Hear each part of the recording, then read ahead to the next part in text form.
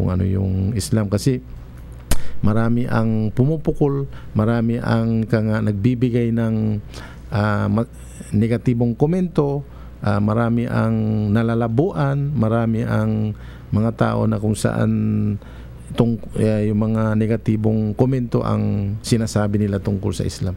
Nalingid sa kanilang kaalaman, ito palang Islam ay ito na yung panuntunan na gusto ng Allah, magmula pa man kay Adam. Yun yung panuntunan ng buhay o pamamaraan ng buhay na gusto ng Allah na gawin or sundin or isabuhay ng mga tao sa pamamaraan nito. Kaya nga ito yung pagpapatuloy ng mensahe ng dala ng mga propeta, yung sinabi ng mga ibang mga propeta na sambahin nyo ang nag-iisang Allah, wala kayo bang Diyos maliban sa Kanya. Yun po yung panuntunan or yung pundasyon ng paniniwala, na kung saan unang-unang paniniwala sa aral ng Islam, yung maniwala sa kaisahan ng dakilang tagapaglikha, na wala siyang kaparis, wala siyang katambal, wala siyang kasama, wala siyang bise sa paglikha ng lahat na ito, ng mga kapaligiran, ng universe, ng siyensya na yan, kung anumang uri ng kaalaman na wala pa sa ating pag-aaral o wala pa sa ating literatura. Yan po ay pag-aari at binigay ng Allah subhanahu wa ta'ala sa atin. So yun po yung source ng lahat ng panuntunan ng buhay na nakakalungkot ay misconstrued ng karamihan ng tao. Kaya hindi tayo, not surprising, sa mga panahon ngayon, hindi na nakaka-surprise or hindi na ibig sabihin na nakakagulat na maraming mga tao na sumusunod or yumayakap sa Islam. Kaya nakikita natin sa mga ibang mga panuntunan or ibang mga society or mga lahi, meron niya mga puti or meron niya mga Hapon, Inchik, Koreano na yumayakap sa Islam. Meron silang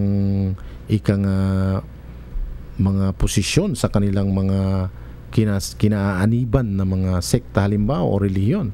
Sila po ay kung natunghayan nila at nasumpungan nila at nalaman yung aral ng Islam na ang source pala nito ay nanggaling sa iisa, ang dakilang tagapaglikha, at yung dakilang tagapaglikha na yung siyang nag-utos sa lahat ng mga propeta na isinugo niya magmula kay Adam hanggang sa sumunod sa kanyang mga anak, Seth, Noah, Job, Enoch, marami yan, hanggang sa mga huli na nabanggit natin, ay wala po silang atubili na talagang buong puso at niyakap nila ang panuntunan ng buhay, yung tinatawag nating Islam.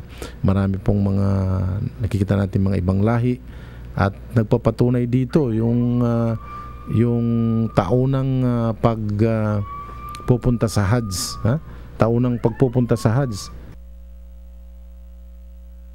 kung saan nakikita natin lahat yung mga Muslim na nagkakaisa at sama-sama doon sa kanilang pagsagawa ng ritual ng Hajj na yon, na yan ay bawat taon na kanilang ginagawa. At nakikita natin dito yung mga tao na sari-saring iba't ibang kulay sa mga iba't ibang mundo, iba't ibang parte ng mundo, iba't ibang kulay, iba-ibang mga lahi at pinagmulan ng kanilang mga society na pinanggalingan.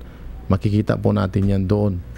So ito po ay isang pagpapatunay na ang mga Muslim ay buong mundo, hanggat may lugar sa earth na ito na pwedeng tirahan ng mga tao, mayroon po Muslim yan. Mayroon Muslim yan. So yun po yung sinasabi natin na panuntunan ng buhay itong Muslim. So ang Islam ay kompleto.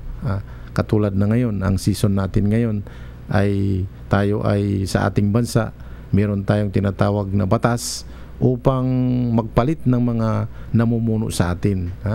Sa Islam din po, meron yung napakalaking usapin itong pamumuno dahil magmula pa man sa unang tao na nilikha ng Allah, ang kauna-unahang pinuno sa kanyang pamilya or sa kanilang maliit na unit na bilang pinuno at pinamumunuan ay yung mag-asawang Adan at Eva, si Propeta Adam at si Eva, dahil siya yung pinuno. At nakikita natin ngayon sa ating mga pag-aaral, the smallest unit of society is yung family. Sa isang pamilya po ay may pinuno yan. Sino yun?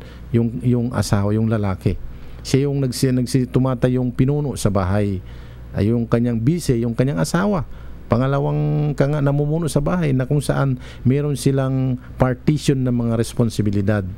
Yung lalaki define ang kanyang mga obligasyon bilang isang pinuno, as well as yung babae naman, ang kanyang asawa is clearly define ang kanyang mga obligasyon as a household vice na pinuno ng kanilang pamilya at nangangalaga ng kanilang mga family. So pag pinuno ang pinag-uusapan, kompleto po ang Islam dahil magmula pa man sa mga naunang mga propeta, nakikita natin